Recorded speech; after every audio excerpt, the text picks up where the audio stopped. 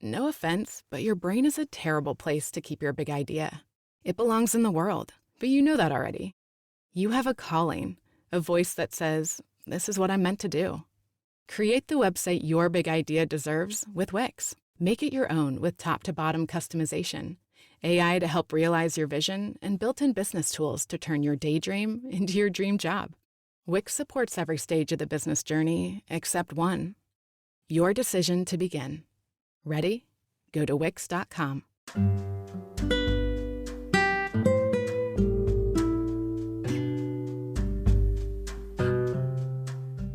Welcome to the award-winning Grad School Femtoring Podcast, the place for first-gen BIPOCs to listen in on inclusive grad school stories and learn about personal development and productivity tips. This is Doctora Yvette Martinez-Vu, a certified coach, consultant, and author, and I will be serving as your femtor, providing you with insider knowledge to help you reach your personal and professional goals.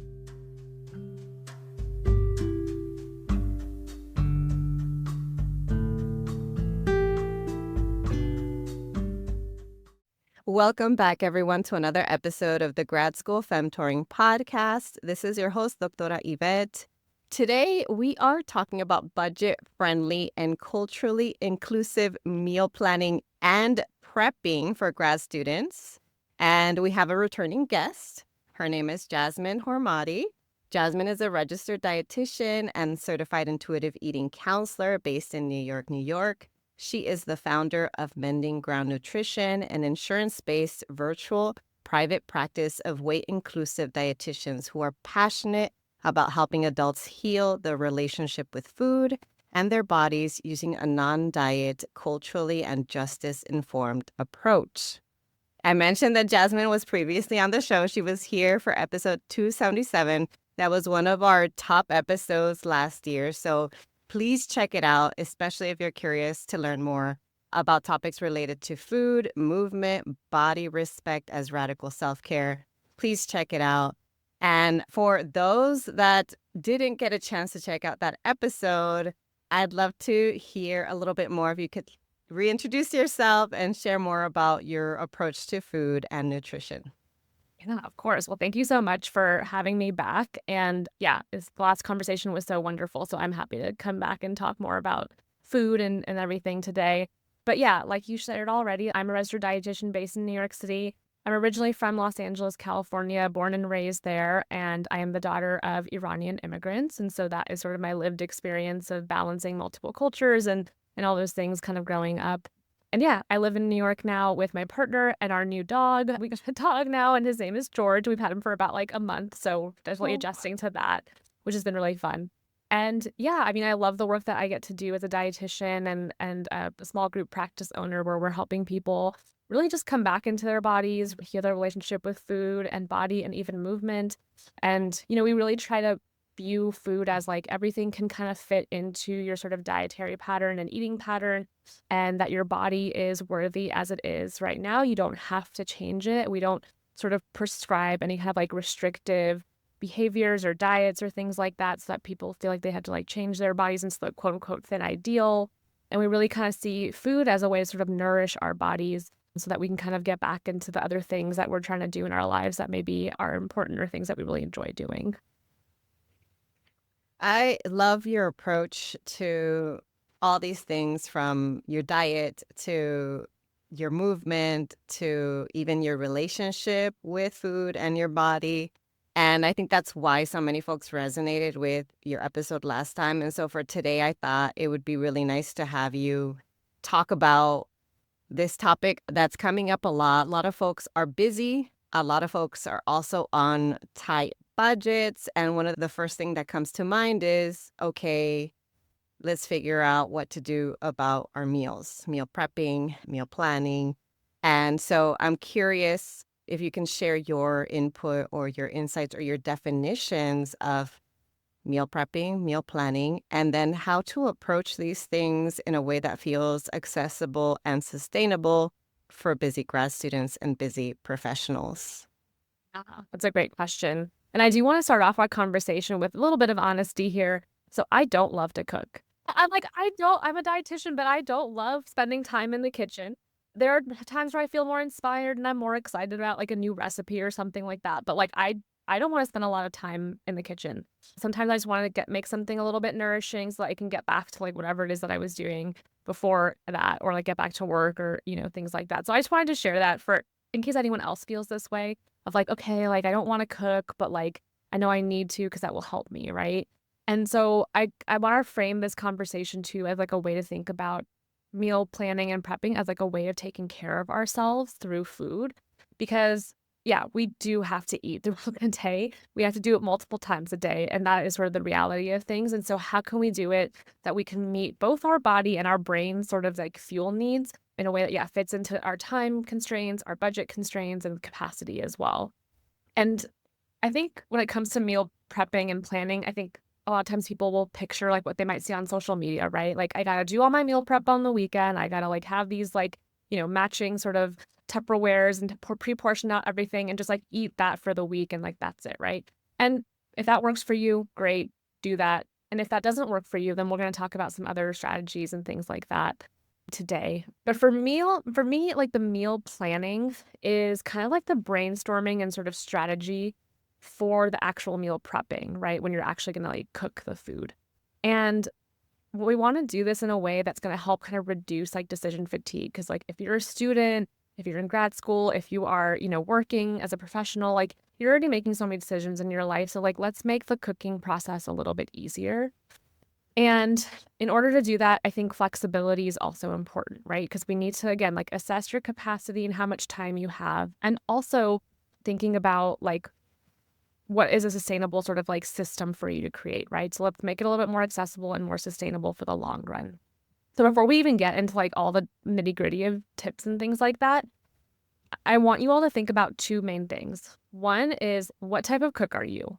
Are you the type of person who wants to do like a bunch of prep on the weekend? Maybe you're cooking some things, or maybe you're sort of like pre-washing and chopping some stuff on the weekend and getting it ready for the week, or just cooking everything on that day. Or are you the type of person who wants to maybe make things throughout the week? And does that work for your life and your schedule? Or maybe you want to do like a hybrid approach of the two, where it's like you're pre-making some things on the weekend, like, maybe breakfast foods are easy, right? Like overnight oats or like a bunch of boiled eggs, and like you have that for the week, and then you can, prep things throughout the week for the other meals that you're going to have, right? So maybe it's a hybrid approach.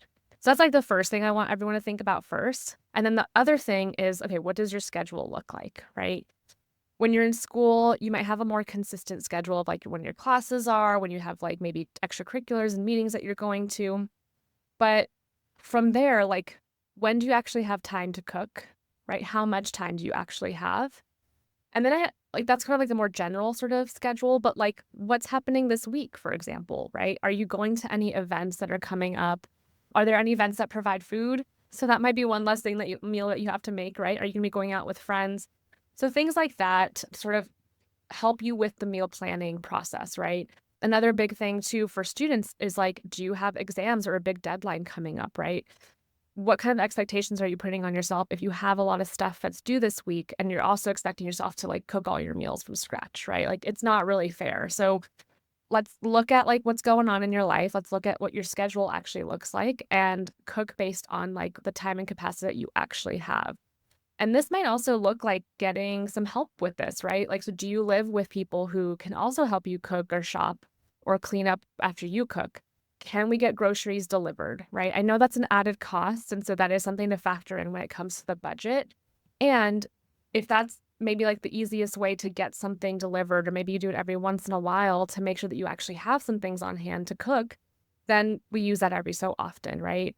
Or using some like convenient options, right? Like getting some things that are pre-washed and pre-chopped, right? Yes, that's going to be a little bit more expensive too than like if you were to buy it and wash and chop everything yourself. And if you're tight on time, if you're tight on energy, that could be something that's really helpful to help you kind of nourish your body. So I just wanted to share all of that as like a starting place before we get into like more of the nitty gritty of like how to, I guess.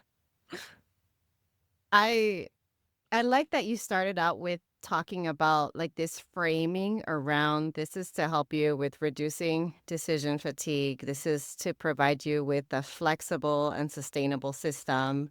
And then you went into a couple of ways to do this. So like figuring out what type of cook are you? And I really appreciate that you started out with saying, first off, I don't love cooking. I felt so heard and so seen in that moment. I Yeah. have never enjoyed cooking, so just FYI.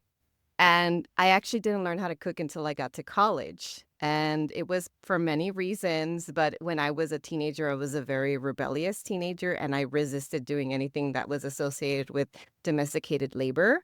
And so I resisted learning how to cook, which was silly, I realize in retrospect, because cooking is a life skill. But in any case, I learned in college. And to this day, I'm like, I'm a mom of two. I cook regularly because I have to, and I don't love it. So just Yeah. figure out what type of cook are you. You said, are you the type of person that wants to get it all prepped over the weekend? Are you going to just plan but not do the prepping? Or Mm. are you going to have a hybrid approach? And I like that. I think that for me, it's usually that hybrid. I like to have certain things handy, like I'll cook quinoa or I'll cook rice and just have it available during the week to pair with other meals. So I appreciate that you mentioned that, because you got to figure out, well, what's best for you, your circumstances, your energy level. And then you talked about your time and your schedule, like what's going on. And it reminded me of something that I do with my partner, with my husband, is we'll meet at least once a week just to figure out what are we going to make during the week. And we look at what we have going on in the week. And if we've got days that we're out for our kids' extracurriculars and we're going to be back late, we're not going to have a lot of time. We're like, what's quick and easy? Okay, we'll do that on those days. And sometimes it is convenience foods. Like for me, it might be like canned lentil soup or something, like just something simple that works for us and for our kids. And then the last thing you mentioned that I appreciate you acknowledging is getting help, especially for those of us with lower energy or less time. Does that mean getting groceries delivered? Does that mean convenience foods? I do get convenience foods, and for me, it's worth the time that I save. So I'm glad that you said that. And I also am glad that you mentioned, like, you don't have to have everything perfectly. You don't have to have all the matched containers. I'm so not a Pinterest mom. Yeah, same. Yeah, but those like bento boxes and stuff. I mean, it puts a lot of pressure. Oh my on people gosh. to, like, yeah, live up I to- do have bento boxes, but I don't make them look cute. right. Yeah. No, that's great. Yeah. No, I mean, I feel like as you were sharing, also like just growing up, not really cooking much, like that was the same for me. Like I feel like my parents, they took so care of so much of that I would sometimes help them, but like I never learned how to make a lot of the foods that they were making for me growing up. And they also often relied sometimes on like picking up food because maybe they were tired or had like a busy day and like didn't have time to like cook too. So I was sort of thinking about that too, of like, yeah, there's times where like ordering in and just picking up food on your way home is like an act of self-care. And like you just do that because you need to eat something and you're exhausted from the day, or you don't have time to like make something. So yeah, all valid. Are you feeling stuck in your academic or professional journey? Whether you're in the thick of grad school, preparing to apply, or navigating a career transition, you don't have to do this alone. I offer one-on-one coaching for first-gen BIPOC grad students and professionals who want compassionate structure, personalized support, tools and strategies, and tangible results. Together, we can co-create action plans that center your lived experience, your capacity, and your long-term goals. Whether you need help with time management, confidence building, motivation, or big picture career decisions, I've got you. Clients I've worked with have passed their qualifying exams, finished and defended their dissertations, mapped out career changes, and built sustainable systems. And most importantly, they've also felt seen and supported throughout the process. All of my coaching packages include access to a resource library, voice memo support, and guidance in between sessions so you're never on your own. If you're ready to invest in yourself, visit gradschoolfemtoring.com/coaching to learn more and book a free consultation. I'd love to support you in making aligned, confident moves in your academic and professional life. And I appreciate that you're not like guilting anyone over the decisions, because we have to make decisions that work for us. And even if that means picking up something, like you said, along the way, it's what works for you. And speaking of this idea of going back to the tools of not having to have everything perfectly set up and, just work with what's available. Are there any essential tools or food staples that you would recommend having on hand? And if so, what are some of them? Yeah, that's a great question. So, yeah, I mean, I think like it's always nice to kind of do like an assessment and get a lay of the land of like what's going on in your kitchen right now, right? Equipment wise, but then also food wise. So, when it comes to kind of like equipment, maybe you have a stove and an oven, great. If you have a microwave, great. Also, that can be really convenient. If you don't have one, it's not the end of the world, right? But some other sort of basics, I feel like sometimes, again, like we feel like we need to have a lot of different tools, but really when it comes down to bare bones, if you're like just starting out, kind of trying to figure out like how to get started with cooking and stuff, I would say like a cutting board is the first and foremost, like need to have one of those. Having like a decent chef knife, I think that's really great. It doesn't have to be super expensive and you don't need to have like a bunch of different kinds of different knives. Like just one solid like chef's knife will take you a long way. Some pots and pans, a baking sheet is always really nice because then you can use your oven a lot more. A meat thermometer, if you are cooking kind of using like animal proteins. Can opener can be really helpful if you have cans that don't have like the pop, sort of option. And then like kind of cooking utensils, so like a spatula and like those kinds of things can be really helpful. So I feel like those are kind of like bare bones minimum, like that's what you kind of need to start out. Getting like one of those like mini food processors or a blender, like those would be nice, of course. A blender is really great for smoothies or mixing up different kind of like making different sauces or like, even like hummus and things like that. And then those food processors can be really nice for just helping you chop up a bunch of stuff all at once. So, those are added and nice, or air fryers and those things where it's like added and nice to have, but like not necessary. So yeah, those would be like the essentials or like starting places, I think, in terms of tools. And then, yeah, definitely got some ideas in terms of food we could get into as well. But I wanted to pause there. Is that okay? Like anything that you wanted to. When you said tools, I'm like, wait, you didn't mention a rice cooker. I mean, yeah, a rice cooker is also great. Yeah. I mean, rice, again, like, but it's not an essential thing, where I feel like you can make rice on the stove, right? It's totally, well, you can make decent rice. It's not like that hard to do. And yeah, a rice cooker is definitely convenient. And, I think something that I like to think about when I'm cooking too is like if I'm trying to save a lot of time, using multiple kind of equipment pieces at once, right? So I could do something on the stove while I have something in the oven, right? If you have a rice cooker, you can have that going too. And then you're kind of like doing these things simultaneously and like saving some time that way. So having different ways that you're cooking different things can be really helpful in the process in terms of like your time that you're spending in the kitchen for sure.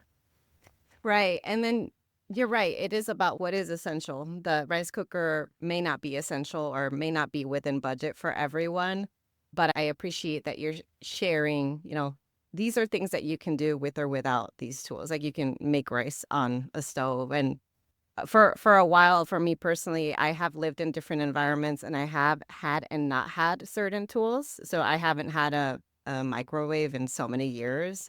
And so now I forget that people have microwaves, and I forget when I go over at people's places and they have a microwave, my tendency is to want to use the stove. So yeah, it's just about making it work. And if something is really going to be that game changing for you, it might be worth it to save and make that purchase or that investment on that one tool that you really feel like you couldn't live without because it's going to make your life that much easier. Yeah. Exactly. Yeah, exactly. If there's something that you feel like you are going to get a lot of use out of, it's totally worth it. I think something that I definitely keep in mind for us is like we live in New York City. Like we actually have a decent sized kitchen for a New York City apartment. And like we still have to be mindful of like how much equipment we end up buying because it's like we only have so much counter space and like storage space for those things. So yeah, so I think that's like something to think about too is like your space and like how much do you have to store all the different things, whether it's the food items or like the equipment that you're using. So yeah. Yeah. And then for the food staples, were there things that came to mind for that too? Yeah. So I think like this is going to again come back to a little bit of like what type of cook are you? Because if you are someone who's following recipes and sort of like looking at what you're going to make for the whole week, you might make a list based off of that and kind of have like a stocked kitchen in that way. If you're doing things a little bit more spontaneously and you kind of already have like a bunch of recipes sort of like in the back of your mind of like things that you've already made, you might want to stock your kitchen to gear towards that, right? So I think good starting place here is like thinking about like what are the staple items that you usually use when you are making your meals, right? For me, it's things like rice and beans and lentils and noodles and pasta and tofu, chicken, chickpeas, like lemons, oats, like olive oil, your spices, like all these things to like that I need to have in my kitchen in order to be able to put something together, because that's kind of the style of cooking that we do. If you're not really sure, like how to make this list, I would start off with like writing down different recipes or meals that you typically make and then break those down. So for example, something that we make a lot, which is like an easy pasta dish, is pasta limone. It's like lemon pasta. Doesn't take a lot of time, doesn't take a lot of ingredients. It's pasta, lemon, you can use butter or olive oil, and then Parmesan cheese, which I think could be optional. I really like it with Parmesan cheese, but like it's not an essential. It tastes great without it. And then parsley, again, I think tastes great with it, but also optional. Doesn't have to be there. And so I'm taking this recipe that I typically make and breaking it down into these different ingredients. And this is something that I want to make sure is like stocked in my kitchen all the time, especially pasta, because my partner's Italian. So we're making a lot of pastas in our house. So yeah, so taking these different meals that you typically make and then break it down into the ingredients of what you need. And that could be a great starting place to think about, like, what are the staples that I always need to have stocked in my kitchen? Because that just makes, again, that reduces that decision fatigue of like, oh, what am I going to make? Oh, I want to make this thing, but then I don't have the items, and I have to go to the store. Like, it makes it a lot easier so you don't have to do all that. So that would be like a starting place. And then I think also thinking about going back to like convenience options, like canned and frozen things are your friends. You definitely have some of these on hand because it does make life so much easier, right? So getting things like canned beans or canned tuna, canned fish, fruit cups even, tomato sauce, other shelf-stable items like instant rice or rice itself, cereal. These kinds of things will make life easier. And then in the freezer, like you can do so much and put so much in the freezer, like your protein, you can like buy a bunch of stuff that's maybe on sale, like chicken and beef and shrimp and fish. Put that in your freezer and then take it out as you need it. Frozen fruits and vegetables are also really great to have because then you don't have to worry about them going bad. And that's kind of going back to the money aspect of like, sometimes we buy things and they go bad and that kind of sucks. Like it feels like we kind of like lost some of our food dollars there and the food itself. So sometimes frozen and options are really nice because like you don't have to worry about it going bad and then you have it on hand, right? So things like frozen spinach, frozen peas and carrots, frozen bell peppers, edamame, all these things, very easy to kind of take out of the freezer. You could microwave to defrost a little bit or could put it onto a pan and cook it really quickly and add it into your meals. And then like fruits are always nice too because you can add that into like desserts or breakfast or a smoothie, and they're very easy to use in that way. And I always love to recommend to all my clients actually like having some backup like food options that are in the freezer, right? Things that are microwavable or things that you can like toss into the oven, right? It's like frozen pizza, frozen lasagna, or like any other sort of like, item that you like. I know Trader Joe's has so many fun things, so go on. You read my mind. I was about to say that I don't know if I would have survived college without frozen Trader Joe meal. Yeah. I mean, it's like they're delicious and they don't take a lot of time to prep. Yeah, they're super helpful. So yeah, I'm a big fan of having those things on hand, especially too, like, again, like if you just need to throw something quickly together, like having those frozen options are so helpful and canned options are so helpful because it just matter of opening it, spending a couple minutes, maybe cooking it, and that's it. Or maybe not even needing to cook it at all, really. So depending on what it is. Yeah. I also would love to hear your thoughts on ways that we can not only be mindful of our energy and our time, but also be mindful of our food traditions in the way that we plan and prep our meals. And I'm thinking especially there's so much pressure with like what we hear in the media around health foods or like trying to stick to quote unquote healthy meals, or even some dietitians will recommend certain types of foods without accounting or acknowledging for like differences in cultural traditions and the types of foods that we eat. And so that can make you feel like, oh, well, I can't have my foods because they're not the quote unquote healthy foods that this person is recommending. And so, yeah, I just want to hear your thoughts on that, on honoring food traditions while still prepping, planning in ways that work for us. Introducing Empaths Anonymous podcast. A space for dreamers, healers, and feelers, navigating the fine line between putting yourself first and holding space for others. You may not know us yet, but girl, you're about to. Meet Danny, the glass-half-full realist, single mom to a baby genius, constantly curious, second-generation Latina, to-do listing her way through her 30s. And then there's Christina, whose dream job since 8 years old was CEO, chronic overachiever, and mixed-race curly-haired queen, defining Blackness on her terms and always bringing things back to the planets.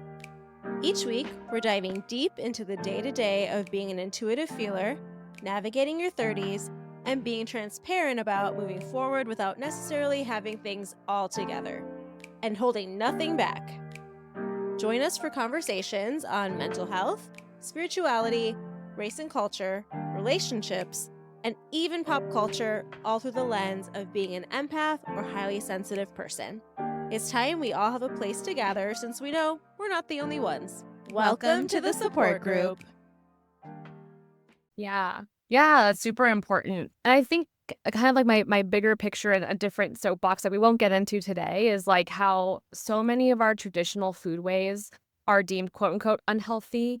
Or, like I feel like we always hear in like more public health type messaging or just like the media, like, oh, the Mediterranean diet, like that's really healthy. You should do that and you should eat that way. While I like the Mediterranean, I'm not like against it or anything, but there's been more research done on that than like different cultural foods, right? And food ways. So I think there's an issue that we have here of, cultural foods being sort of put down and other foods being put higher up on a pedestal, right? So that's a whole nother topic that we won't fully get into, but I want to acknowledge that because I think it does make us tend to feel bad about our cultural foods, but it is actually very possible to eat your cultural foods as they are, and you don't have to like healthify them, right? Like you don't have to swap out your white rice for brown rice. You can enjoy your cultural foods as they are.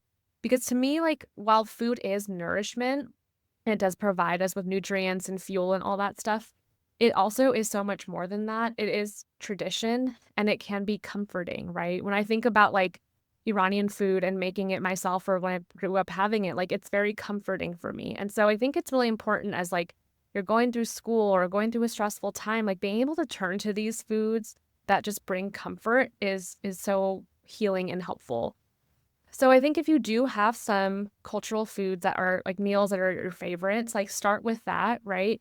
Bring that into the rotation if you can, right? If you don't know how to make these things, start to learn very slowly, but surely, you can do that with asking family members or friends, or maybe you find a couple of chefs or cooks like online. I mean, there's so much like food content out there nowadays, but finding out one or two people that you really like and start learning how to make these things. And that's actually the kind of the way I went about doing it because I'm pretty far away from like my family and so it is not possible as easy for me to like hop on a call and just like learn how to make Persian food now.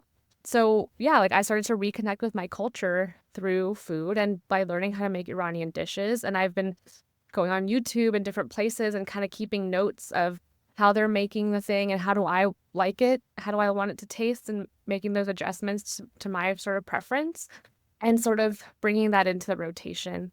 One thing I will say is sometimes our cultural foods might take a little bit more time to make, like Iranian stews, for example, like they take hours. So I don't really plan to do those during the week because it's going to take a lot of time.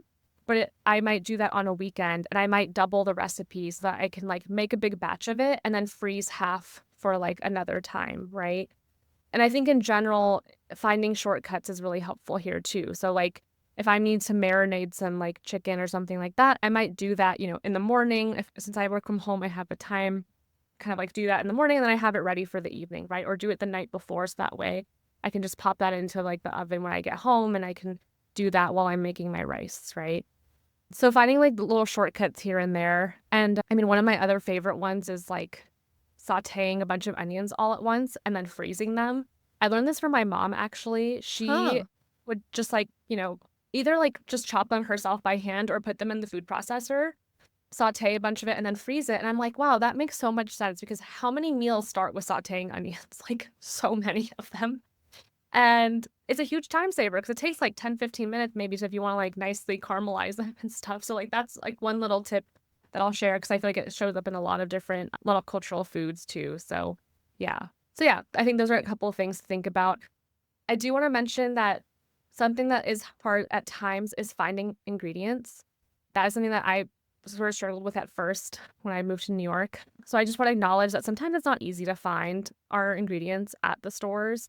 So yeah, that's where things need to get a little bit creative, like either ordering it online or when you go home to visit your family, if you can get a punch and bring it back, or, just trying to like do some searching to see if there's like stores in your area that do have it. Sometimes it means kind of going out of your way to get those things, so that kind of sucks. But just want to acknowledge that our ingredients aren't always accessible, and that is very frustrating. I'm glad that you mentioned that because I know that there might be folks listening who are thinking to themselves, well, must be nice, but I don't have access to whatever their cultural foods are. Like, for instance, when I lived in Portugal, it was really, really hard to find Mexican ingredients. Yeah. I couldn't find tomatillos. I couldn't find chiles. Like, it was just, I couldn't find tortillas. It was hard to survive without access to cultural foods. And I also know there are some folks who live in food deserts. And so for them, it's really hard to even get access to fresh foods, fresh produce. And so I think it's important to recognize the differences in terms of the access and the privileges of what we can have, within proximity of where we are, or within, not just within proximity, within budgets, et cetera. So I think it's great that you're acknowledging that. And also, like, there's things that you can still do about it, whether it's maybe you stock up because you drive a little farther to get access to the things. Maybe you freeze some stuff. Maybe you order online. But yeah, it's just like figuring out what could work for you given your circumstances. And I'm Yeah. curious, actually, like, continuing on this topic of honoring your cultural traditions, food traditions. What are your thoughts on, finding ways to do this while also being able to enjoy foods that feel nourishing and that kind of work for you? Because I know this is tied to also this conversation of intuitive eating, and it almost might sound contradictory to be like, you should plan in advance, but also eat what you feel like eating, and what you feel like eating changes, and that's not what you planned. So in any case, this is a conversation about intuitive eating, about planning ahead, about making sure that you're eating nourishing foods that also still honor your tradition. This is complex and nuanced. So wherever you want to go, I think I just took you all over the place with one question. No, I love that. I think it's great. I think it's important to think about all these different components because, they're eating is as much as we want to like have it be simple, it's not always that simple.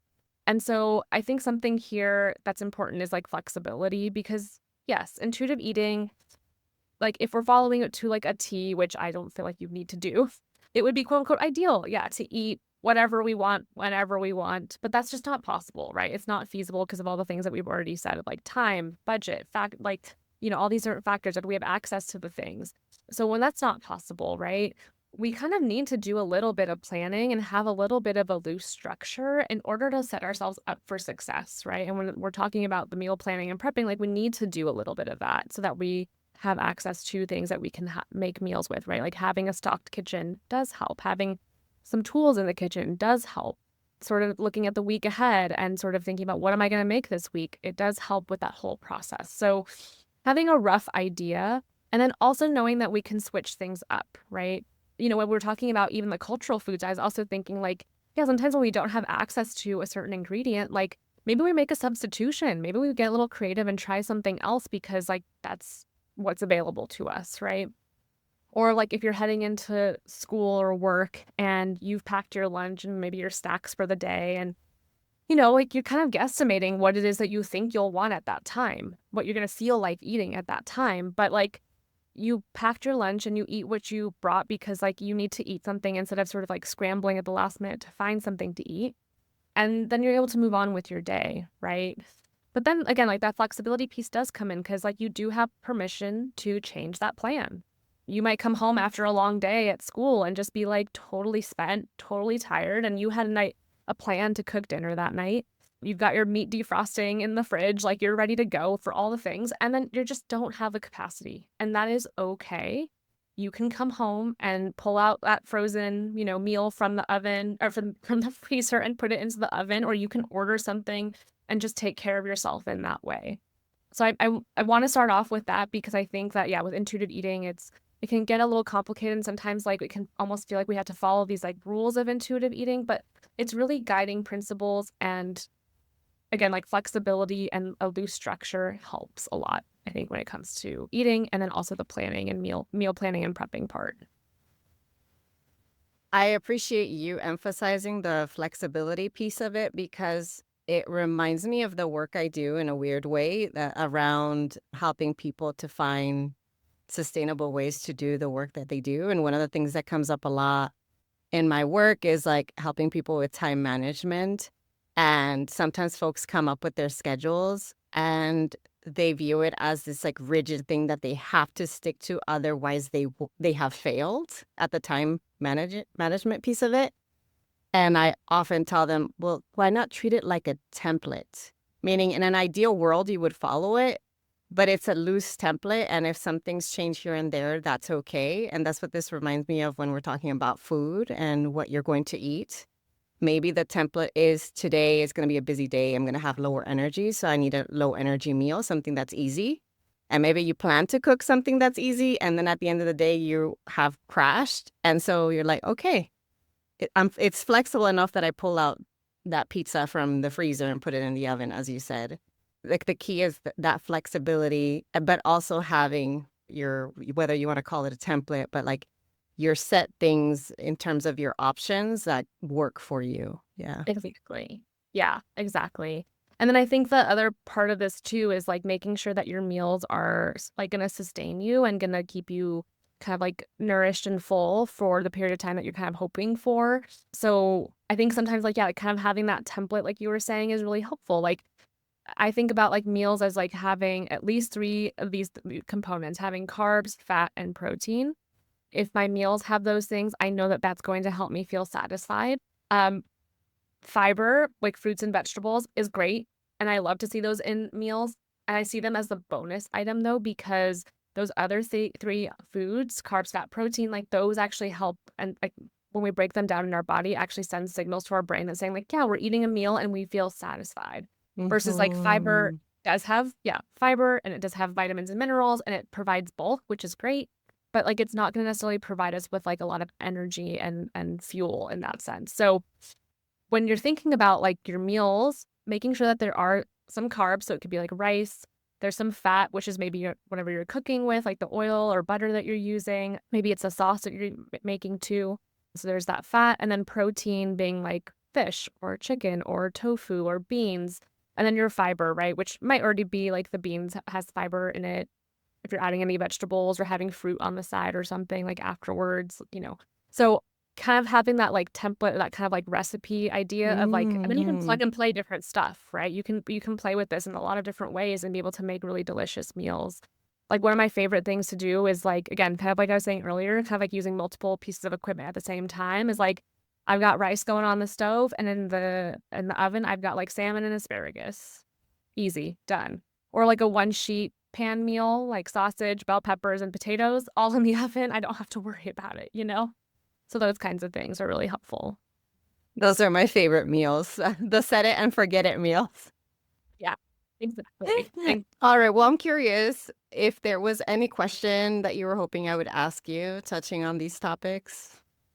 I mean, I feel like, I think like your questions are always like so thoughtful and so great. Like, when I was even thinking about things to talk about for today, I was like, these were along the lines of what I was hoping to touch on. And I know meal planning and prepping is not always easy. So I think it's great that we're like kind of talking about these things, and the questions that you've asked have been really, really great. Yeah. Thank you. Well, it's just any final words of advice or encouragement for the busy folks listening who are trying to build a more nourishing and easeful relationship with food. Yeah. Yeah. I mean, I think the biggest thing I would say is just like be kind to yourself. You do not need to cook all of your meals from scratch. You do not need to spend hours in the kitchen in order to nourish yourself. Remember that convenience and the freezer, like those are going to be your friends. Opt for convenience, especially in times when you have low time or capacity or energy. and that eating something is better than not eating at all. So I'd rather you have something, even if it's like, yeah, takeout, whatever it is, fast food, like I want you to eat something at the end of the day. And I think honestly, like help, figure out like what's going to help you with the meal planning and prepping. So maybe asking some of these questions that we talked about at the beginning, figure out what's going to work for you. And if you need help with that, like we're here for that. We talk to our clients about this stuff all the time, and we really help them come up with like a plan and a strategy that's going to work for them and their lives. And so I think, yeah, if you need some help, that is okay. Ask for that help. And on that note of asking for help, for folks who want to learn more about you, your work, maybe want to work with you, support your work, how can they learn more? Yeah, well, you can follow us on Instagram. You can also join our newsletter. We send out like tips and stories about like once a month. We actually do have a free resource on our website as well about meal and grocery shopping. It's on our website, mendingground.com/resources. And then, yeah, if you're looking for some more support, like I said, we're happy to work with you. You can just visit us on our website and schedule a free connection call, and we can get started. Thank you so much again for joining us, Jasmine. I'm pretty sure this is going to be another solid top episode. I had so much fun chatting with you, so thank you again. I appreciate you. Likewise, thank you so much for having me. It's always fun.